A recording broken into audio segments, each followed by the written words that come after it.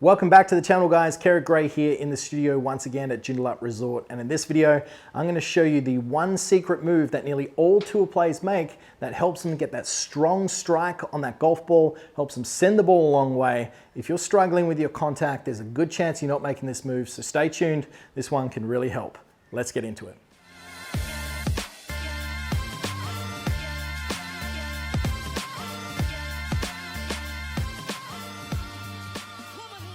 Now, if we break down the movements in the backswing and in the transition for the tour player versus the recreational golfer, we generally see a big difference. And this is specifically with how the body is moving, not only in terms of rotation, but also in terms of shifting towards the target. And one of the most common questions I get from a lot of players is what starts the downswing? Well, if you're asking that question, you're actually not thinking about the movement in the correct manner. That would be very similar to saying, well, what starts the beginning of a throw once you reach the back end of that motion? Well, at the end of the day, everything's a dynamic movement. It's all working together. So there's not really a backswing and a downswing as per se, where it stops and then starts again. It's very much blended together. So therefore, we need to move in such a way which is going to complement that. And what we see with the majority of recreational golfers is they're always trying to figure out and think about what happens from the top of the backswing. And that in itself can cause a bunch of errors with your ball striking. So first of all, let's talk about what tour players do in the transition to help them get the compression, to help them get that strike and get that divot after the golf ball every single time. So if I set up to this golf ball here and I've got a stick in the center of my stance, and we're just going to use this as a reference for where my belt buckle and my tailbone is. Now, as I address this golf ball, what we would see with the professional golfer is as the golf club is moving back, they would make a relatively centered turn on average. They would continue to pivot and turn their body.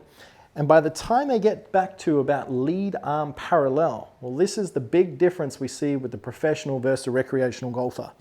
By the time they're loading up that right side for the right-hander, they're putting some pressure into the ground. By the time they get to the lead arm parallel position here, so the left arm for me, I would also start to recenter back towards the target. So the recentering is the mass of your body moving towards the direction in which you want to strike the golf ball. Now, some players who do this with considerable visibility would be someone like Rory McIlroy.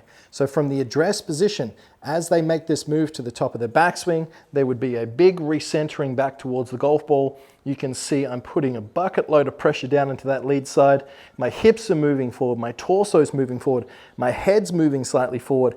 And as I do that, the club comes down in front, the handle gets in front of the head, and that leads to a lot of compression. Now, how does this differ from the average recreational golfer? Well, as they are swinging the golf club back, be it through a lack of concept or just technical inefficiency, they would get to the top of the backswing, usually with a bit of sway off the golf ball and not enough turn. And then from here, they go, okay, it's time to start the downswing. But by the time they've already got themselves into this position, they're too far back and behind of where they should be at that stage. So if you ever slow motion a tour professional, you'll see this beautiful flow to their swing in which it looks like as the arms are still going back, their body is moving down and forward towards the target. And this flow is the recentering that I'm talking about. This is something that if you're struggling with your contact, well, this could definitely assist in getting that ball and ground strike that you're looking for. So from the address position, once again, the tour player would make a swing, their head would stay relatively centered, they would make their pivot. By the time the lead arm is moving level with the ground, left arm parallel, well, then they would have a recentering as the arms continue to move back.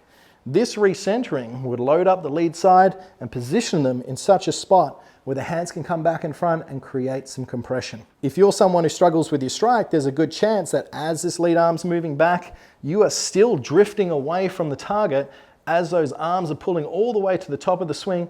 Then you're quickly firing from the top. You can see my hips and my body aren't nearly far forward enough, and that's going to cause a lot of ground behind the ball strikes, top shots, thin shots, and everything in between. So how do we work on this? Well, first of all, just doing some slow swings with this in mind is a great way to do so.